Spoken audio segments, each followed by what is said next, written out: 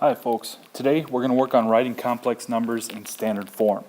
Now in our previous lesson you learned that I was equal to the square root of -1. That was our method of being able to deal with any time we have a square root of a negative number. Now we're going to take it one step further today and we're going to take a look at I squared. Alright, so the breakdown I squared means the square root of -1 squared, and we know what happens with squares and square roots. They kind of work each other out. So the square root of -1 squared is just -1. So an example of that would be right here, where we would need to distribute through. So 4i times -6 is going to be -24i, and then 4i times a positive I will be plus 4i squared. Now, right here, something is going to happen. Because if we really think about this, this is 4 times I squared. Well, if we take a look up here, I squared is -1. So we can rewrite this a little bit differently. So we'd have -24i plus 4 times -1. So now we have 4 times -1, which, as you know, is -4. So now to write it in standard form, we would have the real part go first, followed by the imaginary part second. So -4 minus 24i. And there we wrote it in standard form. The next example, we have two binomials, two complex binomials. So for us, if we see something like this, what we should really think is just FOIL. So first times first, we have -36. Outsides, plus 63i. Insides will be plus 8i. And then lasts will be minus 14i squared. Sorry about that. So now what we really need to do is take a look at what we have. We can combine like terms here. So we'd have -36 plus 71i minus 14i squared. But now that 14i squared, or I'm sorry, minus 14i squared, we can do something with that because it's minus 14 times, and I squared is -1. So we can multiply those. So we'd have -36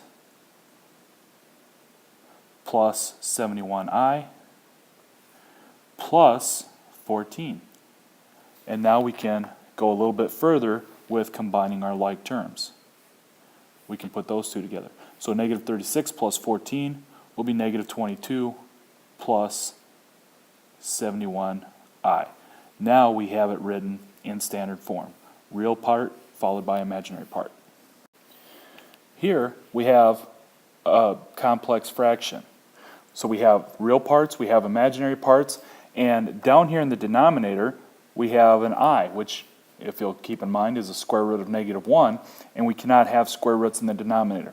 So we need to do something about that. Now our response would be just to multiply top and bottom by I. So on top we can go ahead and distribute through. So 3 times I would be 3i, and then 4i times I would give us plus 4i squared. And then on the bottom, 7i times I would give us 7i squared. Now we have some things we need to fix. We have an I squared here, which basically means 4 times -1, or -4. And then on the bottom, we have something that needs fixing as well. We have 7 times I squared, or 7 times -1, which would make it -7. Now, I don't like how this necessarily looks. We have this part on top, the numerator is not in standard form. We need to have the real part going first.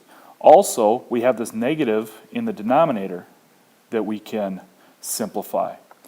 So what really happens is the negative would go up and make that one positive. It would go up and make that negative. So we would have 4 minus 3i over 7. And there we have it done. There is another example on this page, but what I'd like to do is save that for class and see how you're doing with this. And here's another example of a complex fraction. Now down below here we have something a little bit different, 3 minus 8i. And we can't just multiply by I anymore because we would have to multiply this 3 by that I as well. So what we want to do instead is multiply by the conjugate. And the conjugate, if you'll remember, we've done something like this previous. We would multiply top and bottom by 3 plus 8i. So now, on top, we're going to want to FOIL all that out. So starting out there, we would have firsts will give us 21. Outsides will give us plus 56i. Insides will give us minus 3i. And lasts will give us minus 8i squared. And on bottom, we need to do the same thing. We need to FOIL. So firsts will give us 9. Outsides will give us plus 24i. Insides will give us minus 24i. And the lasts will give us minus 64i squared. So we have a lot of cleanup to do on this problem. And we can start out just by combining like terms here and here. And we can make a change with this. We can turn that into a plus 8. We can make a change here and make that into a plus 64. So a lot of things happening here. So now we have our 21 plus 8, which would make it 29. 56i minus 3i will be plus 53i. And on bottom, we have a couple of real parts. 9 plus 64 will give us 73. And then here with the i's, this is kind of the nice thing about this. When you multiply by the conjugate down here, your imaginary parts just get rid of each other. So there it is. That would be complete. Again, there is another example on this, but I would like to reserve it for class in case there's any questions on it. So your assignment is page 281, numbers 22 through 33 and 51 to 56. Best of luck to you. We'll see you in class.